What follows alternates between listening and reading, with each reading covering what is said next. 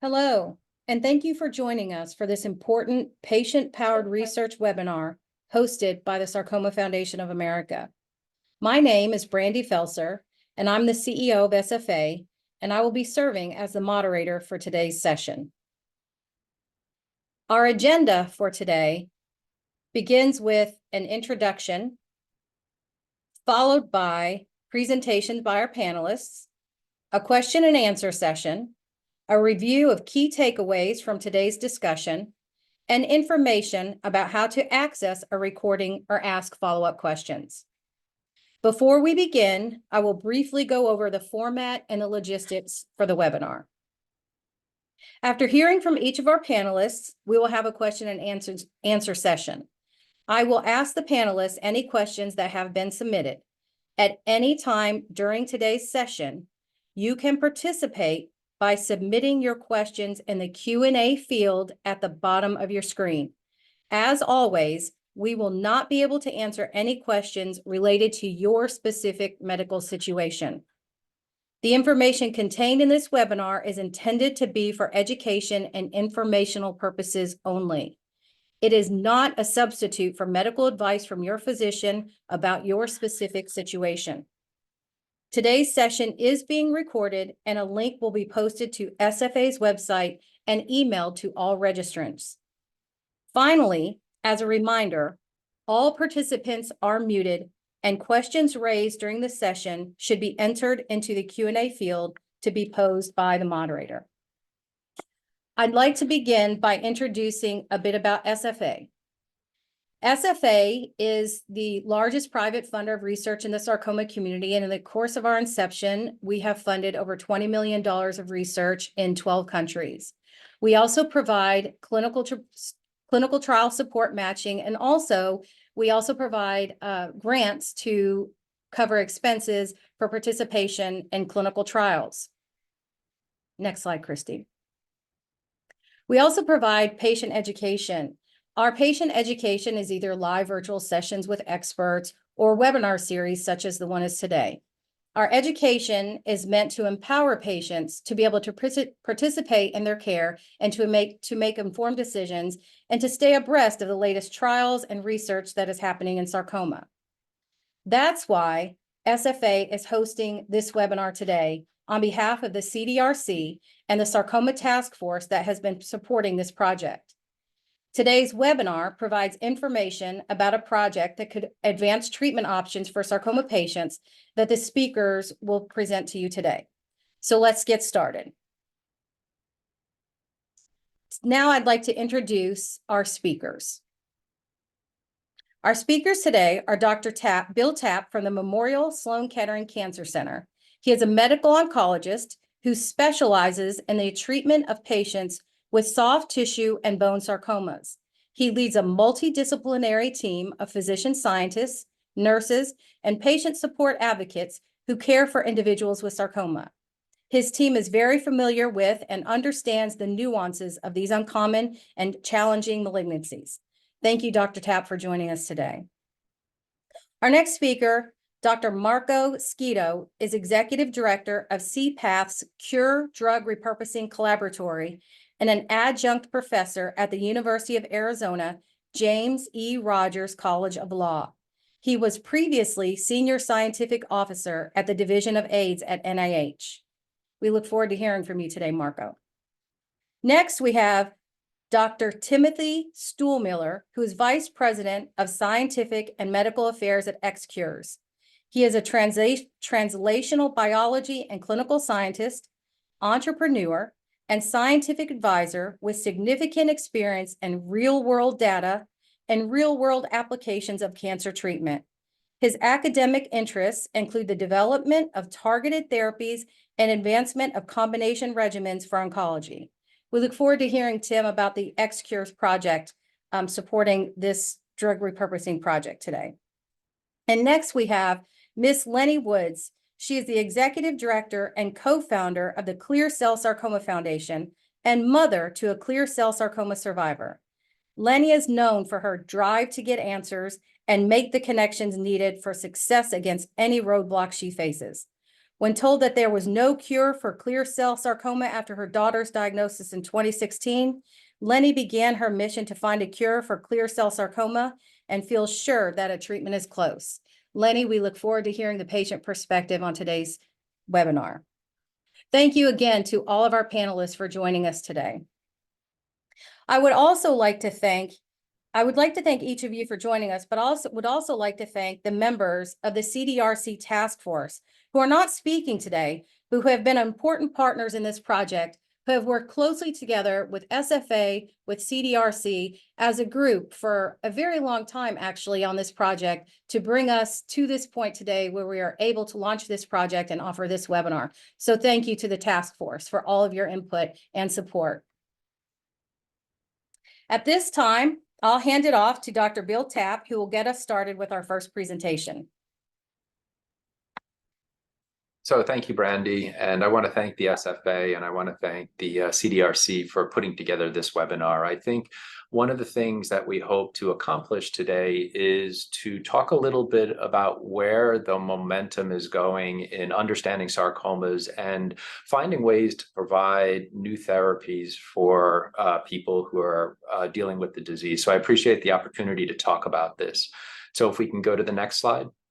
One of the things when we start a presentation or a conference like this is always to kind of align about the complexities of sarcoma, the diseases that we treat and are dealing with. We always say that it's a rare disease. It is one of the rarest forms of cancer that we deal with.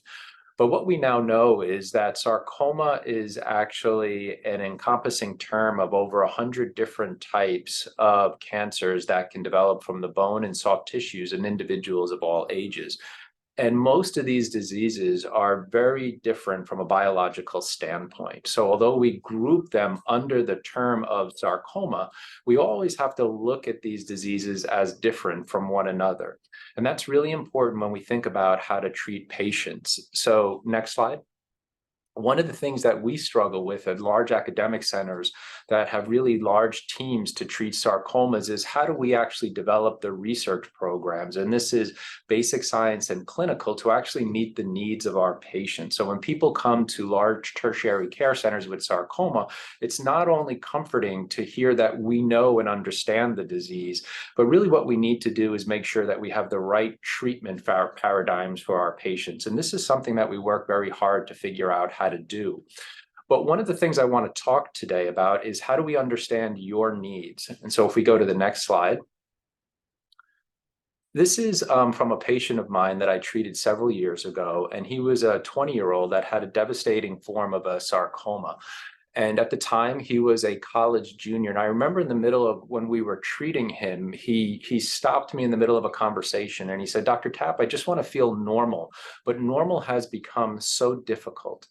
And this has stuck with me my whole career because it showed that we don't often understand what people go through. And when I probed a little bit, can we have the next part of the slide? Some of the things that he spoke about was that he felt isolated. He was scared. He felt different than his friends and his peers. He was lost. He didn't know what was going to happen in the future. And actually, he felt stagnant in life. And this was really important to me because he showed that there were all these components of what this young man was dealing with that were very important into understanding how to care for him correctly. Next slide. So one of the things that we want to talk about is how can we as physicians presume that we know what a person is truly experiencing, but we have to be able to understand this to understand how best to help them. Next slide. One of the things that we've done here at Memorial Sloan Kettering is we developed a full program to understand how to treat patients who are young with cancer, so an adolescent and young adult program. And one of the things that we're doing is developing patient-reported outcome tools. So we can ask patients as they go through treatments, what are they actually experiencing? And some of the patients talk about not only what they're experiencing, but what they're sacrificing. And this is just a list of some of the things that people go through when they're dealing with cancer, not only at the initial stages in treatment, but even as they're entering into survivorship. So next component. So when we think about all the different things that an individual can go through, and then the different aspects of these rare diseases from a biological and clinical standpoint, it becomes a little daunting to figure out how do we offer holistic, complete, and longitudinal care. Next slide, please. So one of the things that we really want to think about is how do we partner now with patients so that we can offer care correctly at the right time for you. Now, interestingly, as this was always going on, our sarcoma community was actually thinking about how we can do better in developing drugs for patients. So we really tried to understand these ultra rare and rare cancers that we were dealing with. But it's actually very complex because a lot of those 100 diseases, which we spoke about in the beginning, are actually new types of diseases that we're just identifying because our ability to do these large genomic scale type of research programs is growing. So we too, as experts, are faced with diseases that we don't always understand the natural history of the disease. We don't understand the genetic variants and how they can affect you, the patient. And what's really important is we don't often understand the clinical needs of the patients that we're trying to treat and develop therapies for them. So it's interesting, as we're trying to develop new research strategies for people, we need to understand how the diseases truly affect the individual so that we can incorporate that into the type of research that we're doing. Next slide. So over the last 5 years or so, I think our international community is refining our approach. We're working on the ways that we do basic science research. We're working on the ways that we do clinical trial. We're partnering with organizations to talk about repurposing drugs where we can take existing drugs and bring them closer into the clinic. But most importantly, what's happening with this movement, next slide, is that we're really thinking about how to do this correctly for our patients. We want these to be patient-centric approaches that are practical, quick, and meaningful. We really want to understand what you're going through and not just assume that we do. Next slide. So one of the things that our community has done is actually gotten together with experts around the world, and we've formed what's known as the Ultra Rare Sarcoma Working Group. And these are hundreds of experts from countries all over the world that meet routinely to try to think about the diseases that we treat. Next slide. Most important to this is this effort is really inclusive of what's important to the patient. Next slide. And the way we've been doing this is partnering with patient advocacy groups like the Sarcoma Foundation of America and actually the Clear Cell Sarcoma Foundation. We're actually working with an inclusive organization of patient advocacy groups around the world. And so why is this important? Because when I think about the things we do well as scientists and physicians, we're very good at understanding the biology of diseases. And we're actually really good at running early clinical trials to understand new drugs and how they can help people.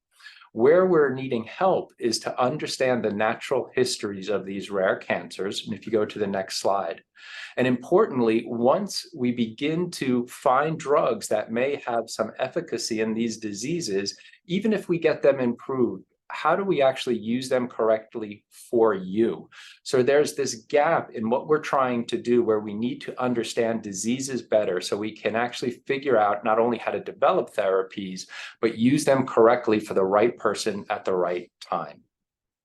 So an offshoot of this has been a new effort that's being developed by the international community, which is the PUSH platform, where we're trying to understand every patient that we treat with every encounter. So over time, we can begin to really understand the different nuances of a lot of the rare sarcomas that we actually treat. As part of this, we're creating a guiding platform that is going to be open at institutions around the world. And this is going to set up the expectations of what it will be to be part of this consortium. Next slide.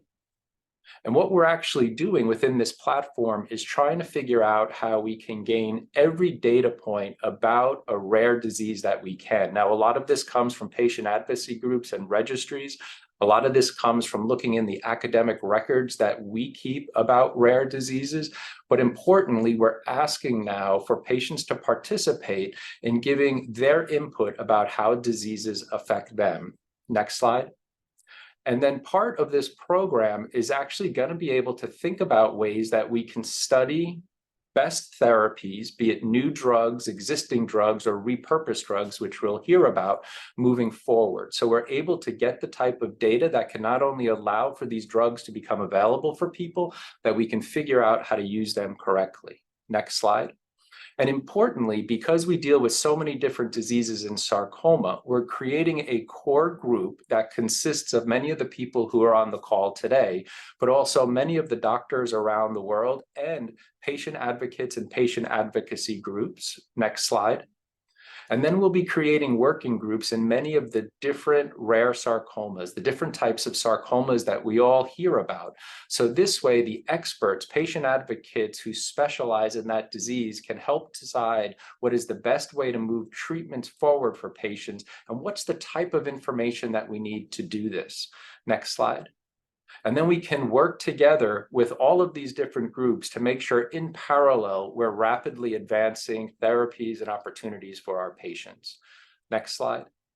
And in practice, the way this is work is if a working group, say in a rare sarcoma, identifies a drug they may be interested in, they begin to study this prospectively. So in areas where the drug is available, the sites across the country can begin to use that drug. And so if we build a slide a little bit, you can do the next few and then the next one and one more. What can actually happen, go back one, sorry. What can actually happen is by working with sites and patients across the world, we begin to get data, not only about using the drug that we're interested in, but maybe in sites where we don't have that drug and patients are being with standard of care, we can get information about that. And potentially for some patients who don't need treatment, we can observe them and understand what the disease does to them over time if they don't need treatment. But all of this will come back into the hands of the experts, the working groups, and the patient advocates so we can best think about how we can develop drugs further. Next slide. But this is where we need your help. We need to understand how best to help you. Next slide. And so the question really is, although we have the patient advocates at the table with us and we're constantly talking to them, how do we begin to understand what you're going through and bring that to the table as well? Next slide. And so some of the things that you'll hear about is how we begin to use real world data. That's extracting every ounce of data that we know about a person through their medical records. We can bring it together so we can look at that collectively with other patients and create what we call real world evidence, where we begin to see how treatments that have been used actually help, what works and what doesn't work, and then how can we use AI technology to make meaning of all of this. Next slide. In certain countries like France, where all patients with rare diseases just go to a few centers, this is actually easy to do. So next part of the slide, because they can easily access all of the data from those rare centers, from those few centers, and bring it together. Next slide. But in the United States, this is really difficult because a patient goes to many different places to receive care. So if you live in St. Louis, you may get your initial diagnosis within St. Louis, but then you may travel to MD Anderson for a consultation, or you may go to Miami for a clinical trial, or you may get surgery in New York. And what happens is all of that information is scattered through medical records across the country. Next slide. So what you'll hear today, and one more, is efforts where we can actually get permission based on the Health Information Exchanges Act, which was passed in the United States, to gain access to all of these medical records so we can not only bring together comprehensive histories for you, but we can actually begin to use this data along with data from other patients with rare diseases around the world to best understand the disease so we can bring what you're going through into the mix of what we're trying to accomplish with finding new therapies for patients. Next slide. So I appreciate that you're here listening us today. Ultimately, what we're trying to do is how to bring your voice into the type of research that we're doing so we can accelerate how we develop drugs for people who are dealing with ultra rare cancers. Next slide. And I think it's at a critical time because we're seeing this interface where the community is actually focusing on this. There's a tremendous partnership between patients, physician scientists, and drug development. And what we're trying to do is figure out how to create better treatment options for people and holistic care. But we're all vested in these diseases. We all want to do better. So we need to make sure that we're all at the table together and thinking about ways where we can actually move this forward quickly. So I appreciate the time, and I just wanted to give you a quick overview of what we're thinking. And then some of the other presentations will go into more depth about how we can do this. So thank you very much. Thank you, Dr. Tapp. Now I will turn it over to Marco Schito. Marco? Thank you. Thank you, Brandy, and the rest of your team at Sarcoma Foundation of America for the opportunity, and thank all the participants that are on the call. My name is Marco Schito. I'm the Executive Director of the Cure Drug Repurposing Collaboratory. We're based out of Tucson, Arizona. We're a nonprofit organization within CPATH to be able to address high unmet needs for patients. Next slide, please. So I just wanted to give you an idea that there's a team behind me, and oftentimes I do the presentations, but there's a lot of work that's done in the background. I do want to highlight the fact that we do have a senior project manager, Chandler Birch, that has been really helpful for a lot of this work. Claire Bassetti on communications. We have a patient engagement manager. So just gives you an idea that we're really taking patient engagement and working with patients very seriously on this. And Stacy Coe is, although a clinical trials coordinator on different clinical trials that we're initiating, she's also been very instrumental in dealing with areas around data management and then also with the FAQs that have been developed. Next slide, please. So really the problem that we were faced with in the beginning as we were thinking about how do we think about drug repurposing is that we knew that a significant percentage of the world's population, a lot of people suffer from diseases where there are really no approved therapies. And as we started engaging with a variety of different groups, we saw that this is more and more obviously present in rare and ultra rare diseases. Even if there is limited approval, there's still a high unmet need. And we know that there are commercial incentives for drug development, but those don't work in all cases. And so where there are instances where diseases are neglected, or that, you know, despite of drug efficacy, there's or the actual ability of drugs to actually have an impact on your treatment, on the treatment that you're taking, there's no return on investment from the commercial perspective.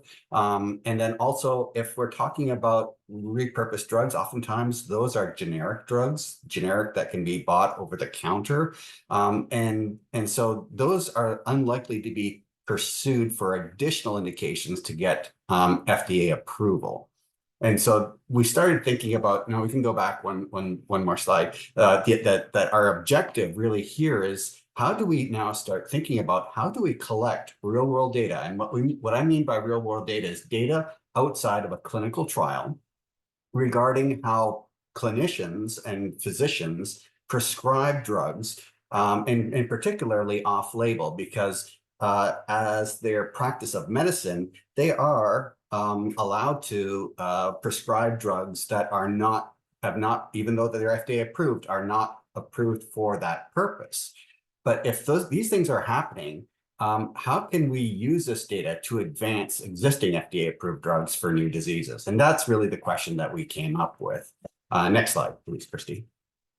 So, you know, the whole point of and the thinking of and what the challenges are for this is that licensed drugs are really done through a process where you gain market authorization and approval to sell that drug for that purpose. And this is a paper on the left-hand side, just a figure from that paper a number of years ago, but it really identifies whether it's a drug is on patent or off patent, that it's commercially driven development that drives new market authorization and even expansion into other disease types for the same drug through label extension. And that allows market marketing of that drug by a company. The issue that we're starting to see is that there may be other opportunities where that drug can also be useful for other patients. And this may not have a commercial driven development, but it may be a public driven development, either through other nonprofit organizations or through academic institutions. At this point, the only way to really move that forward is through off-label use. And so that's what clinicians are doing. But there is no pathway to actually get a label extension and actually have a public promotion of that. And the main issues surrounding that is that label extensions can only be applied by an existing company that actually owns the patent to that drug. That label extension also incurs an additional cost. So there's cost associated with it. And especially for generic drugs, which are most of the drugs that we oftentimes take a look at, the manufacturer who invests in a new license also risks their competitors, because you have a large number of other groups that are producing that same drug to actually also benefit. So there's very little return on investment. So again, what we're coming down to, no mechanisms exist for this sort of a public interest label and extension. Now, there are some new initiatives outside the US, both in Europe and in England, where they're trying to do this a little bit more systematically. There are existing US government efforts. Best Practices in Children's Act has been going on for 20 years. It's for children primarily, not specifically for cancer, but there is something there. The Oncology Centers of Excellence within FDA have Project Renewal. It is also a pilot, and that's been successful in getting a drug approved through FDA. I want to spend a little bit of time on Cure ID, which is also a pilot, also from FDA, but with a different group, the Office of Medical Policy. Next slide. So the Office of Medical Policy over the past decade really has been developing a platform to capture novel uses of existing drugs, exactly what we were just talking about. So they've developed and implemented over the past 3 or 4 years a web-based tool that can be accessed through your computer or downloaded to your smartphone or mobile device as an app. And it's designed really to capture and share real-world experiences of physicians treating patients through a very simple online case report form. All this data is collected, is HIPAA compliant. That means it contains no personal identifiable information. And it's really designed to capture what I've already been talking about, this real world data, which is generated every day, but is just not systematically captured. So we have a platform that we can add all of this to. There's a link here. I will let you know to go ahead. This is freely available, and anybody can download it and explore that at your leisure. We also have links to clinicaltrials.gov. There's explore features. There's a number of features that will be added. And more recently, we've added an oncology section. Next slide. So with why is it interest in rare and ultra-rare sarcomas? Well, in actual fact, the Oncology Center of Excellence came to us a number of years ago and provided funding and support for a rare cancer feasibility study in collaboration with the Office of Medical Policy. So FDA organizations by themselves are coming in and saying, there's a problem here. We really need to take a look at that. And when we discussed about what particular cancers are important and what they would like to see, one of them was sarcomas. And as we started discussing this, we started taking a look at what is it about sarcomas that are really challenging. And there's a high unmet medical need. And what do I mean by this? This is that really this lack of knowledge. We don't know, as Dr. Tapp has said, what the natural history is, and that is individuals who get this disease and then those individuals are followed through time without treatment. What happens to them? We haven't really captured that type of information successfully. What are the treatment options that are available and what people are doing? We don't know how one patient may be treated in one part of the US, in let's say the West Coast versus the East Coast. So there's a lot of questions around what is the standard of care? Is there a standard of care? What's the disease significance and where is it concerned? So I've already mentioned that FDA has a real problem in the review division to sort of say when we get a rare cancer such as this, we have a hard time trying to figure out how to get through the regulatory hurdles to move this forward. NIH, especially the National Cancer Institute, also have a number of registries where they're looking at these same issues. So US government agencies are having a challenge. I've spoken to Bill, I think Bill, that was about 3 years ago when we first contacted each other. And he wholeheartedly supported and said, you know, we need to participate in an initiative like this to be able to pull things together. We have looked in the literature. The literature also suggests there's potential for off-label drug use. So we know that that's being done outside.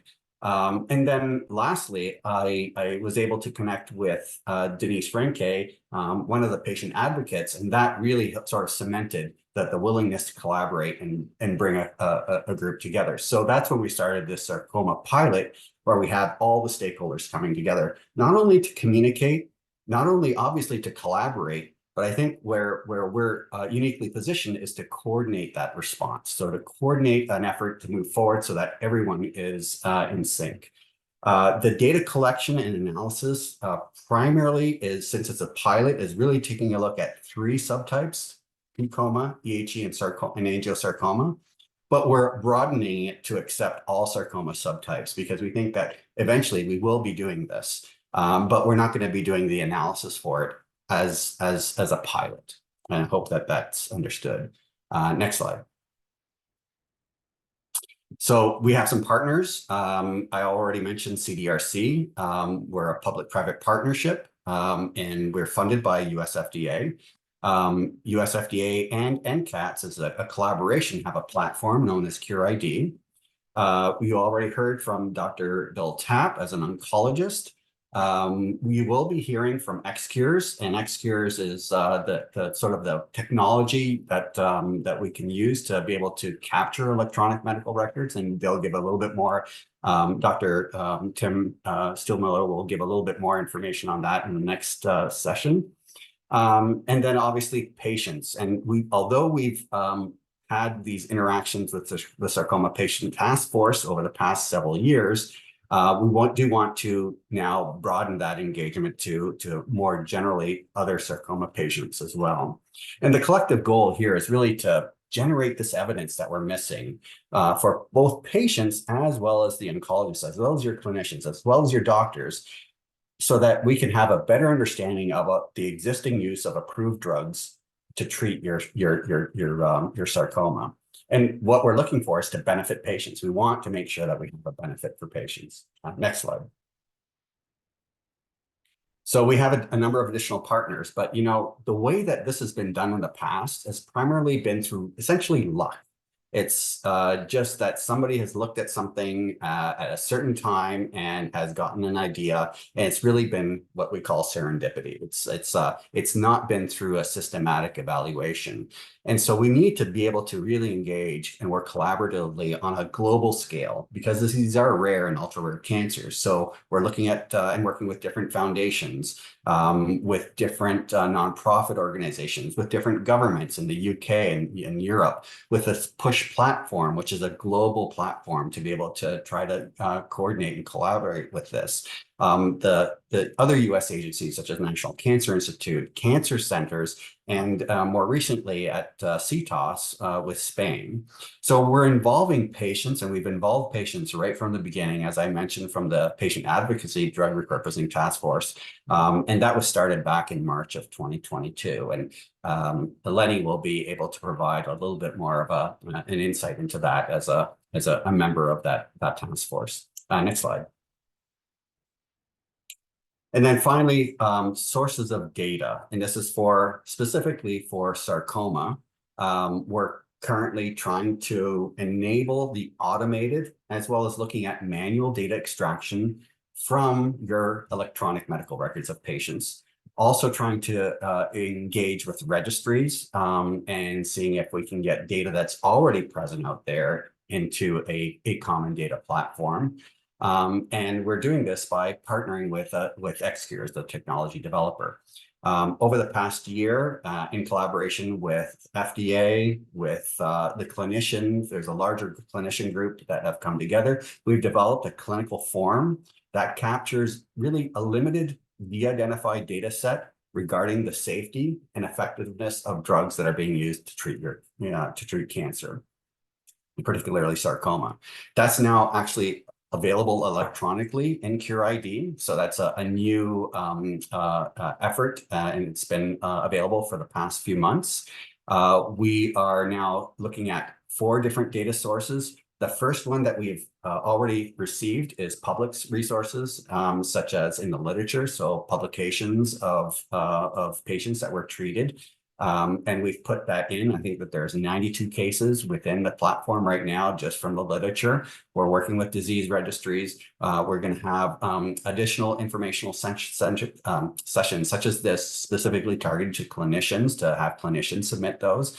But in this case, we're really starting to evaluate the potential for electronic health records through third-party right of access. I will also mention that, the electronic medical records will contain some information. It won't be the panacea. It won't contain everything.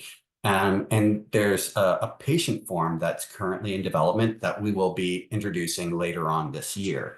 And the goal of that form is eventually to really collect additional information directly from patients, because we know patient experience. Many patients through the patient task force have informed me there's lots of people that are taking nutraceuticals, dietary supplements. Some people are taking medical cannabinoids for pain management. All of those aren't necessarily in the electronic medical records, and there's more. So I think if we dig into that, there may be opportunities to really get some gold out of that. And it's just asking the right questions. So that's where we want to partner with you as patients, because you know what you're doing, you know what you're taking, and what's working for you, how you're feeling better if you're taking other things and doing other things. Next slide. So I did want to spend just a few moments on sort of how this process is working, because it's a little bit complicated.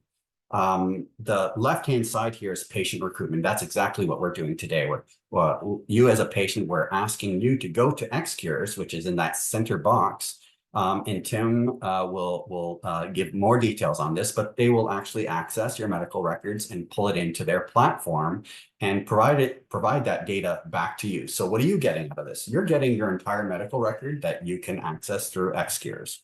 There are other options that XCures provides and reasons why you may want to participate. So, for example, they can provide additional treatment options based on their database and what it's looking like. And they being XCures are very interested in how can they better collaborate with clinicians. So another aspect of this is that data can be used as to understand treatment landscape, or to advance clinical trials, or to look at ways in which we can better utilize that data to inform clinical trials.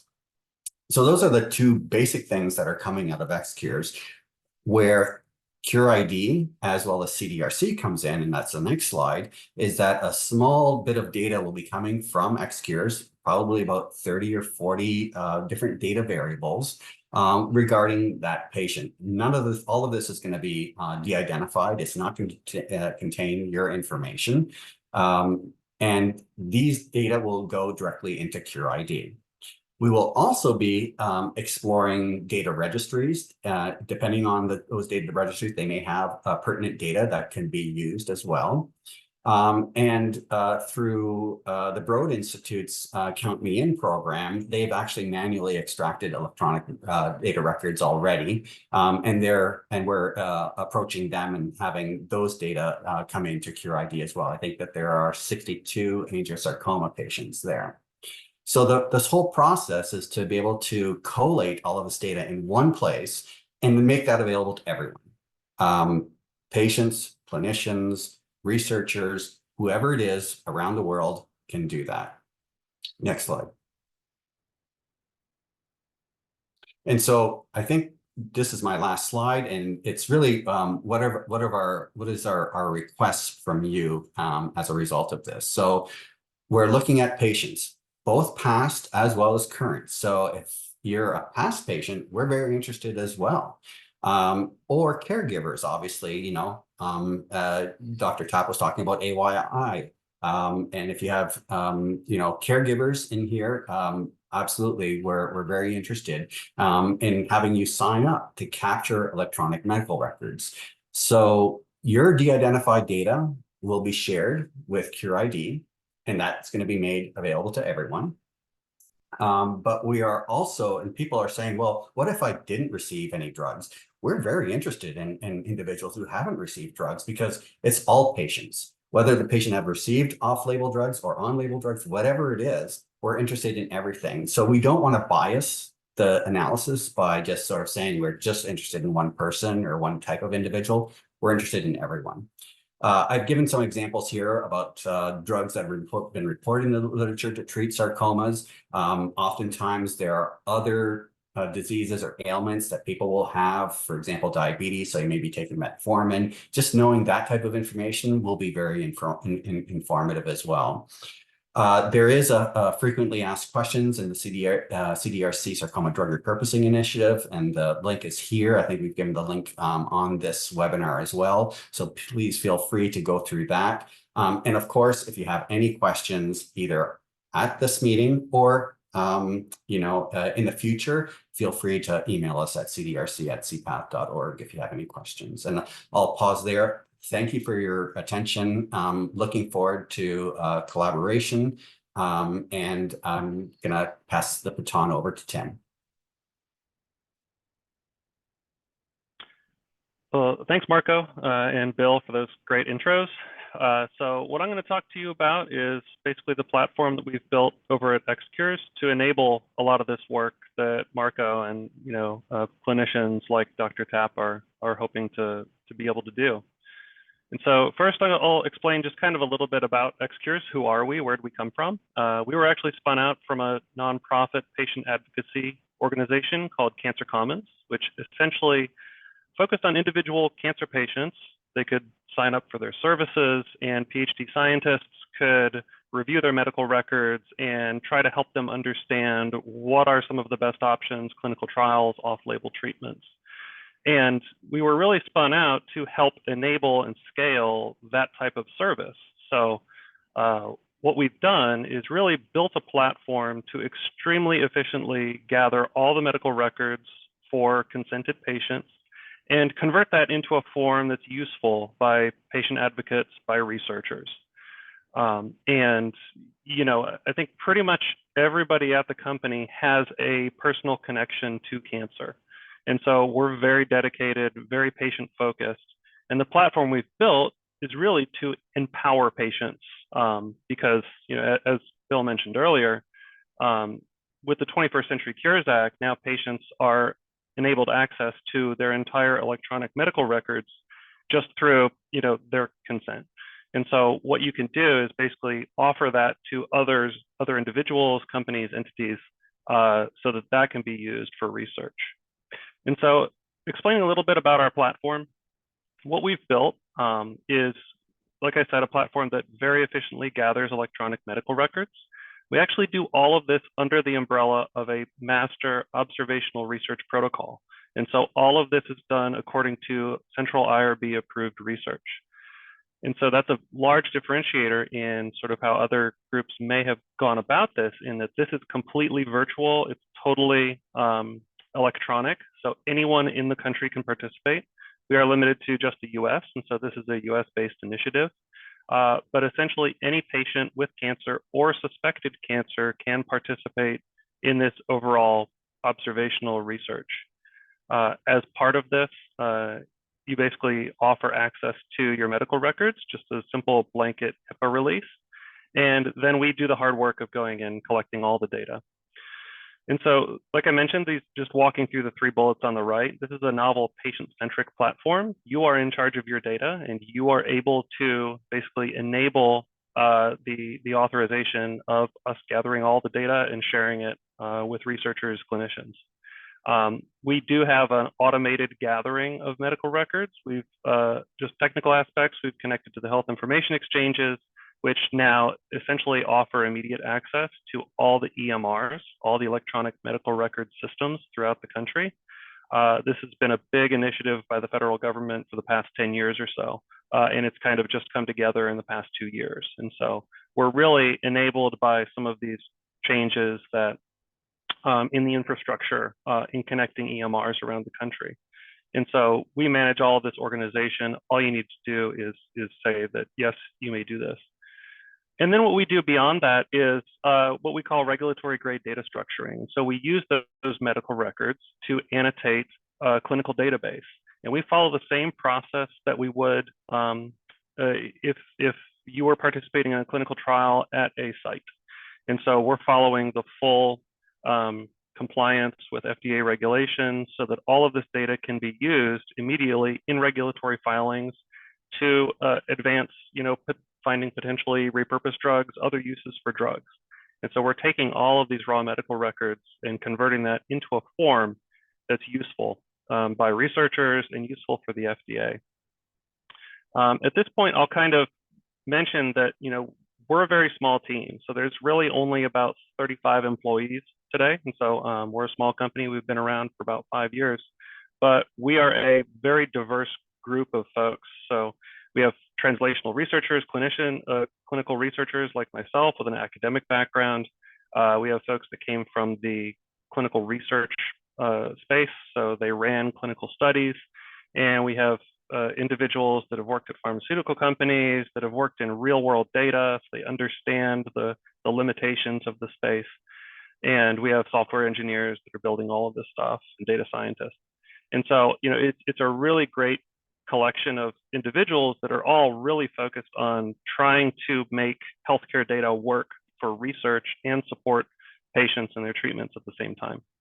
And so through this, we're collecting all of this data, that's kind of listed at the bottom across all these different sites, all these different types of documents. Next.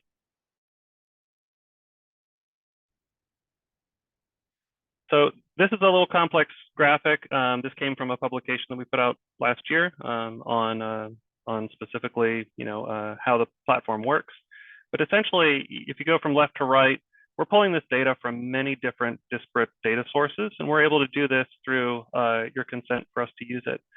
And we take the full medical record, we break it up into all the individual different components, and then we annotate this clinical database according to all of these, sort of bars in the middle, according to all these different key aspects of cancer treatment, cancer history, so that they can be used immediately for research.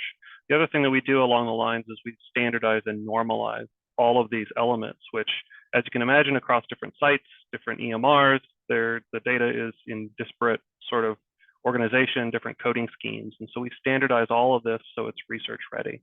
And what this ends up turning into is this complete longitudinal history, sort of shown in this little graphic on the bottom right, where you can trace a cancer history from diagnosis or before diagnosis all the way up to present day.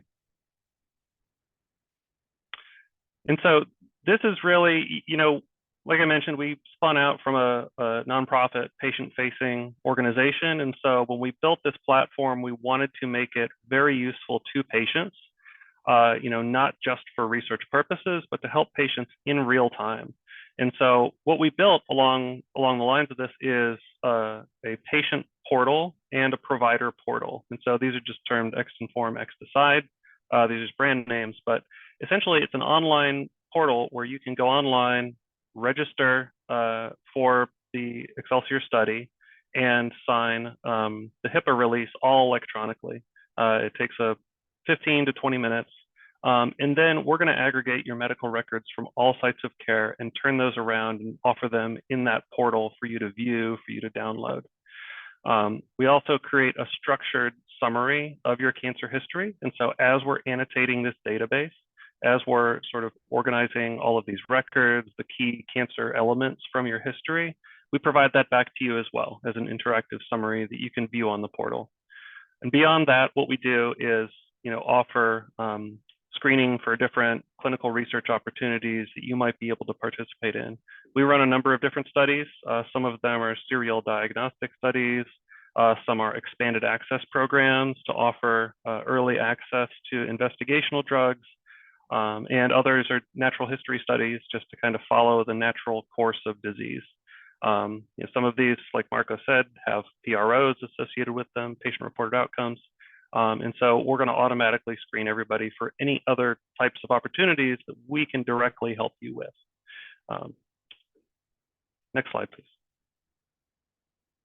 The next two slides are just a couple examples of what this looks like today. And so, you can look across the history. This is a de-identified example.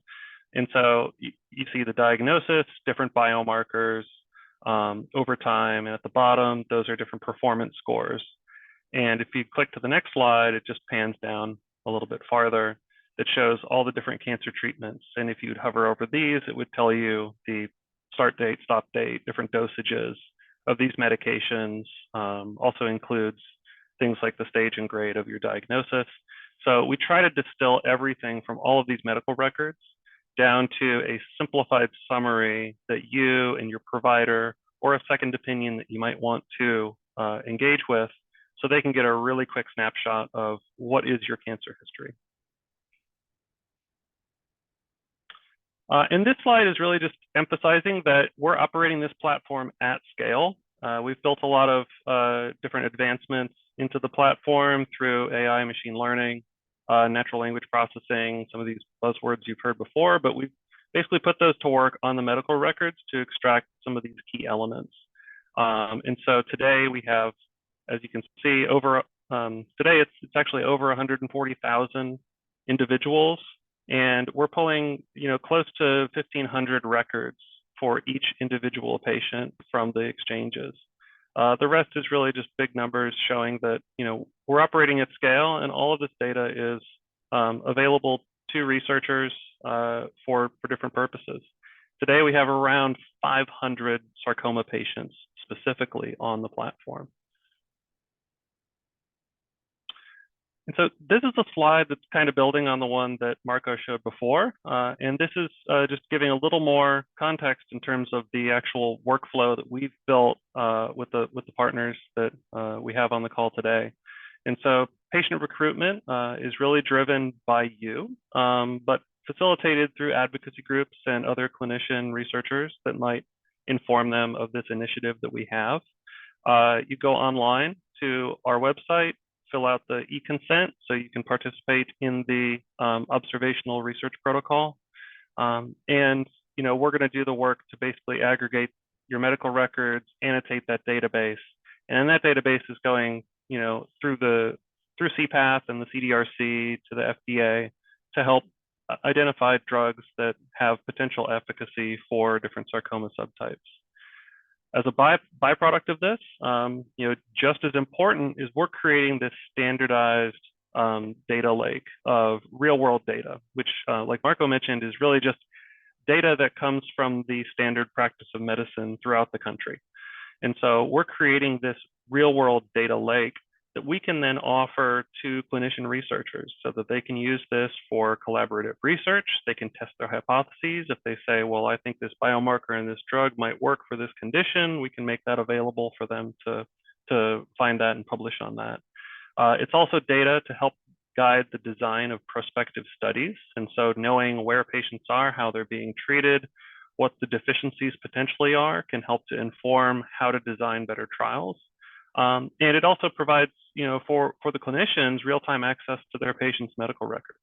We can link accounts between providers and their patients. And so, on the left is just reiterating what I said earlier, the benefits that are directly for patients in real time from the platform.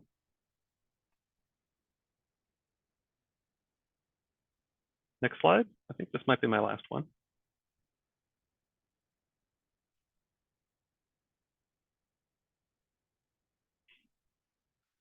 So how do you participate?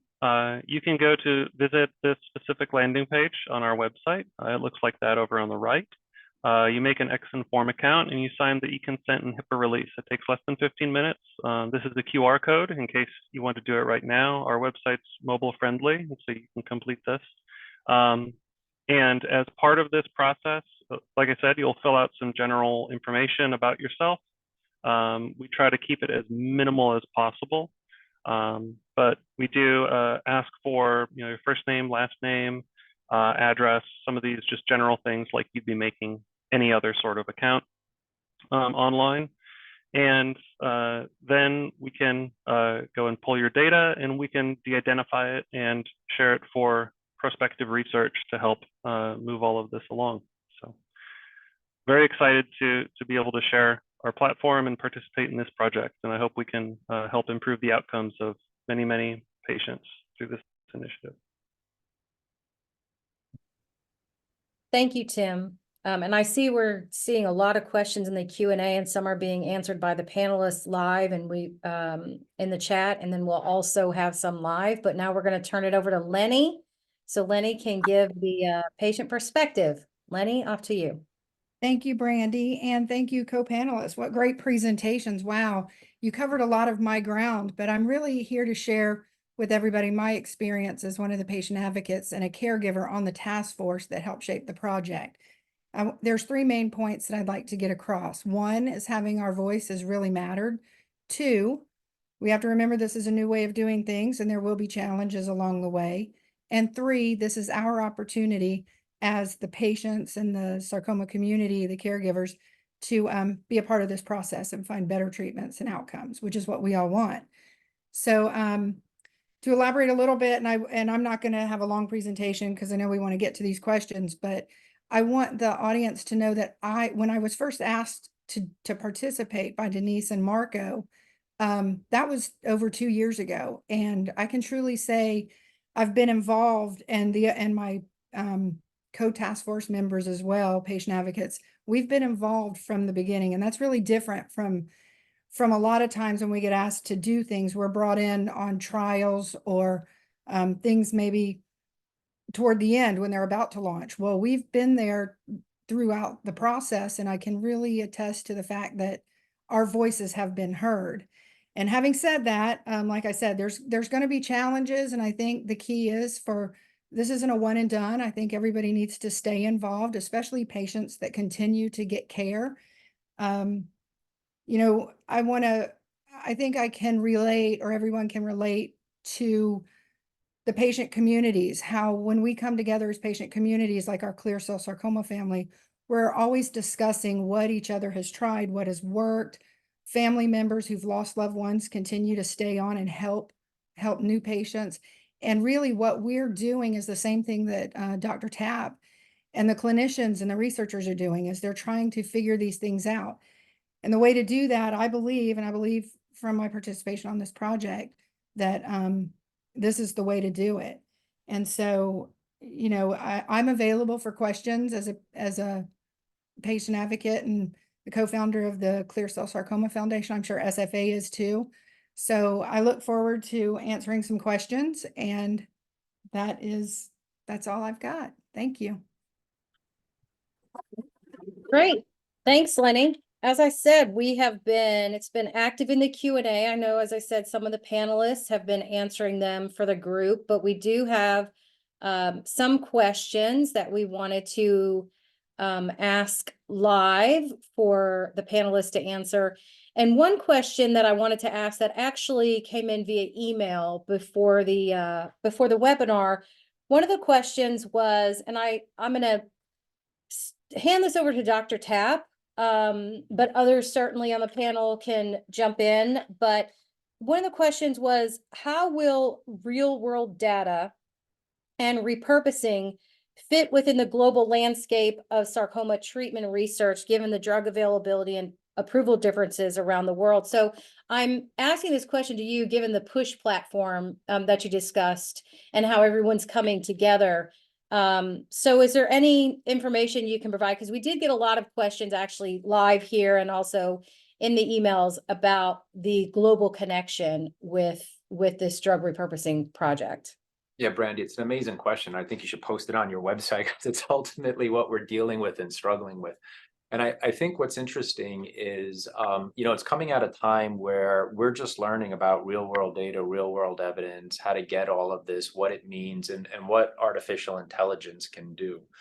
And as more and more technology and opportunities arise, we don't want rare diseases to fall behind. We don't want to say, this is being figured out in, the more common diseases. So this is an opportunity for us to say, how do we begin to use these for our diseases? One of the things that we struggle with is mentioned before is that we don't always understand the natural history of the disease, what actually people go through. We actually don't understand how our best treatments do or when to use our treatments at a specific time for an individual. So this creates two problems. One is when we speak to patients, it's hard for them to offer very specific advice, because diseases are often so rare. We can't study thousands and thousands of patients. This is also felt when we begin to develop drugs for it, because we often have to follow drug development paradigms and strategies that are really meant for other diseases where we have all of this information. So when we do this in rare diseases, we're extrapolating how best to do it. And oftentimes we lose signals and we lose good drugs for people. The other thing that then happens is even when we get this information, and as was mentioned, we go to regulatory bodies to say, can we use this to get drugs approved, there's still not clarity in what is needed to actually show that we're helping people with this, right? So there's a level of data and information that we need to be able to say we're clearly helping people, with what we've done. And then the last thing is when we finally get drugs available for people, we don't always know the appropriate way to use them. And it's only when the drug is available can we begin to ask those questions. How long do we use it? What do we do if we see side effects? Can we stop it and restart it? So because sarcoma is so rare, you're seeing a bunch of initiatives coming together where people are like-minded thinkers to say, how do we collect all of this information so that we can begin to tackle the tough nuances in all of the rare sarcoma subsets, right? And we want to do this correctly, and we want to do it correctly from the start. And that's why we need everyone at the table. And that's why we need to work with patients and understand how the disease affects them, what they go through, what they're looking for to get out of our drug treatments, how have they done in the past, because that may be what we use as a standard to compare new therapies to. So it's the coalescing of all of this information that we need to get. We need to put it in one place that is in the hands of people who can really manipulate the data and use the data in a way to show us its secrets, to let us know what it's telling us. And then we have to make sure we can get the data into hands of people all throughout the world who are interested in these diseases, right? So this isn't something that wants to be coveted in a small group. This isn't an academic thing with firewalls. This is sitting at the table with anyone interested in a disease and saying, how do we get this data and then use it correctly to inform what people go through and to understand how best to treat them, right? So that's why these efforts are coming together. It's complicated. There's a lot of legal aspects of it. There's a lot of sharing aspects of it. Different sites to countries have all different rules that we're trying to encompass. We need help across the board. We're physicians and scientists. We're not data people. We're not legal people. We're not patients or caregivers to understand the disease. We need all experts, all people at the table helping us and being part of the same team. And I think what's nice is in what we've been developing, everyone has an equal seat. And I think hopefully we'll be able to do this right and begin to edge into this world of real world data, artificial intelligence, but use it in a way to understand and help, right? So it's early on. So there's a risk of doing this early on, but we desperately need input, advice, and collaboration. Great, thank you. Tim, I'm gonna hand over a question to you. I know there's some questions being answered for the group in the chat, but one of the questions, obviously, anytime people share their data and technology, it's not always perfect. but the security of the data and what happens with the data, if you could go into that a little bit for the group who are thinking about adding their information to your system, and just give a little reassurance about what happens with the data and the security of it. Yeah, absolutely. Great point. And you know, the folks who helped to start the company came from the clinical research organization, and the folks that are building our software platform actually previously worked in healthcare, developing systems for institutions and for managing healthcare data. And so we're very, very familiar with privacy and security of medical information specifically. All of our data is housed on AWS HIPAA compliant cloud. We follow all the appropriate procedures to make sure it's totally secure. Obviously, we've never had a breach of any data. We've been in business for over 5 years, but we do take that security extremely seriously. Everything is, like I said, according to compliance, and just know that we have the folks in place to make sure that it's very secure. Great, thank you. Another question I think might be for Dr. Tapp, but also Marco, you may be able to answer this as well. But there's been some questions about specific subtypes, but then also across subtypes, because in sarcoma, we look very closely at specific subtypes, but also looking across subtypes to see what we find. So how will the drug repurposing function between subtypes? And I know this project in particular is looking at 3 specific subtypes in the beginning, but taking all comers in sarcoma to be able to look across that. But how will we look at specific subtypes and then overall subtypes across subtypes to see what we might find? And how Bill, will do that you want? information be shared across the board to docs who may not, and medical professionals who may not have this information? Marco, why don't you tackle that from the Cure ID, and then we can talk a little bit about the push platform. Sure. So at least from QRID, one of the patients and participants actually asked about sequencing information and next generation sequencing, and why isn't that being done more? And it should be done. The reason why that's not done oftentimes is that they just don't know how to interpret many of those mutations that they may find and what that actually mean. So that may be one reason and rationale, but we're very interested in being able to capture that information. And once we do, if there may be some opportunities where there may be an effort to be able to sort of say, the mechanisms may be a little bit different, but the pathways and the mutations may actually have some commonality.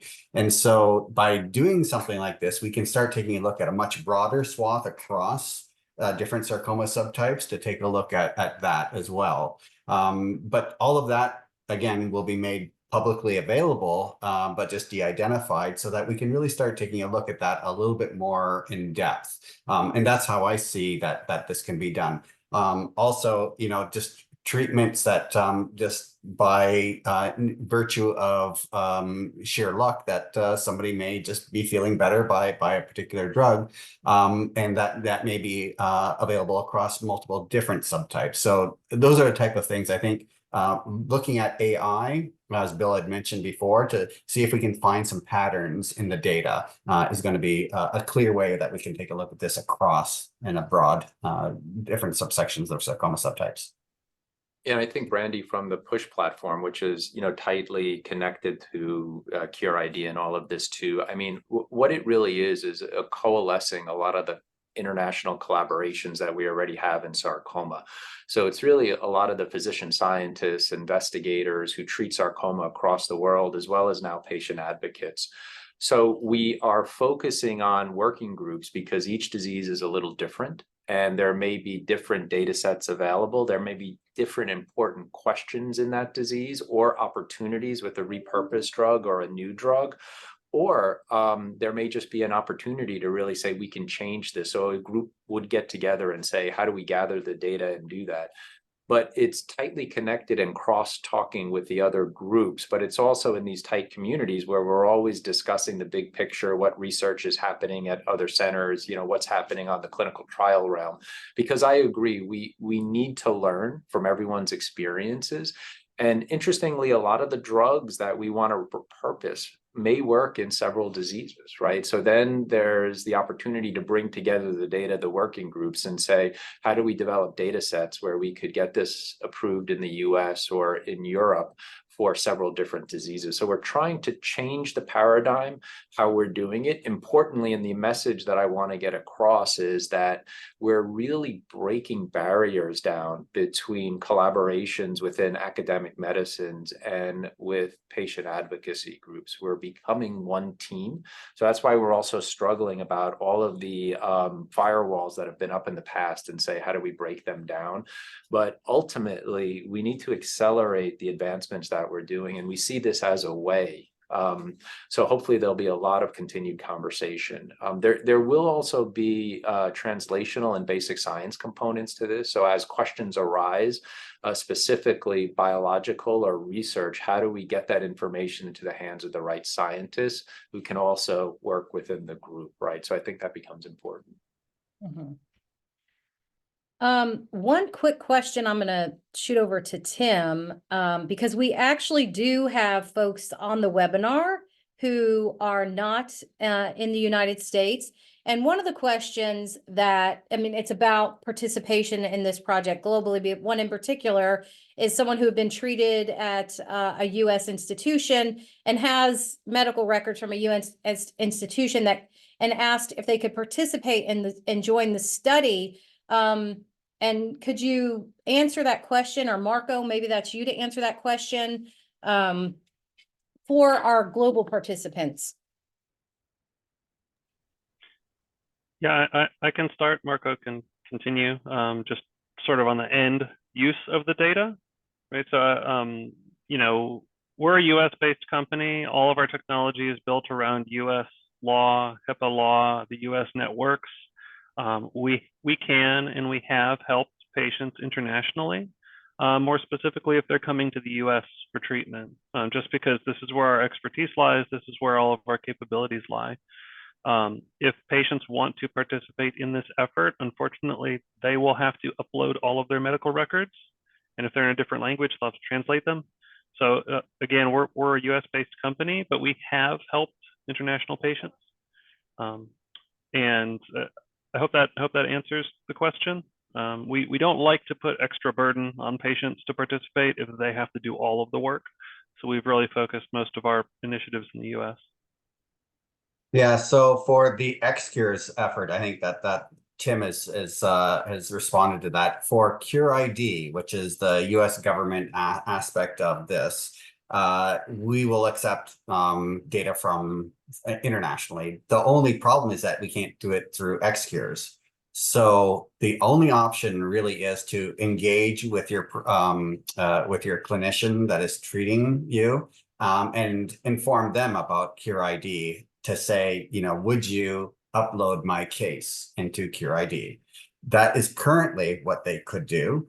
But in the near future, we will have a patient case report form that is very similar to what the clinical case report form, so that we can get patients directly to sort of say, you know what, I've got all of this information. I know what needs to be put on there, and I can answer most of these questions. Or if I have some concerns about interpretation, I can actually engage with my physician and clinician to determine, what I should be able to put in there. So there's opportunities to expand this more globally, but this effort right now for XCures is really just US based. And I do think overall the global participation becomes important. And that's one of the things that we're trying to do with the PUSH platform, because treatments everywhere are different. And that's how we need to learn from them. But importantly, we also want to harmonize our approaches so that patients around the world can really be treated with very similar approaches. And why is that important? You know, for example, now we're working very hard to try to get a drug repurposed in Europe. We have the drug available in the United States and can write a prescription for it. So if we have a very specific way that we treat our patients, we could actually just treat our patients of standard of care, but get all of that information to our European colleagues so they can use that data.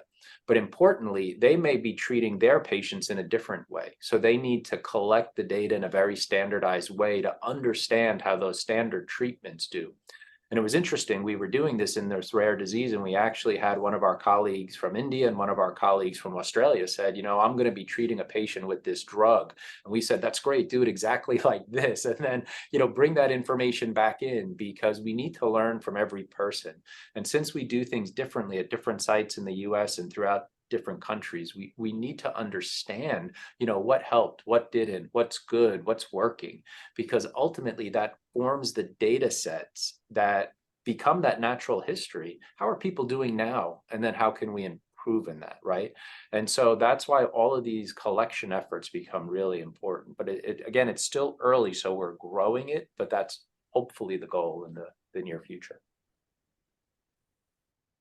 Right. I think between all of the questions that were answered within the Q&A chat and asked live, I think we are ready to move on from the Q&A, and we're closing in on time for the closing of the webinar. But I just want to open it up to the panelists. If there are any last thoughts you want to share with the group, I hate to call on folks in case there's not. So, and put you on the spot. So I'll just open it up if there's any last thoughts from any of you that you'd like to share.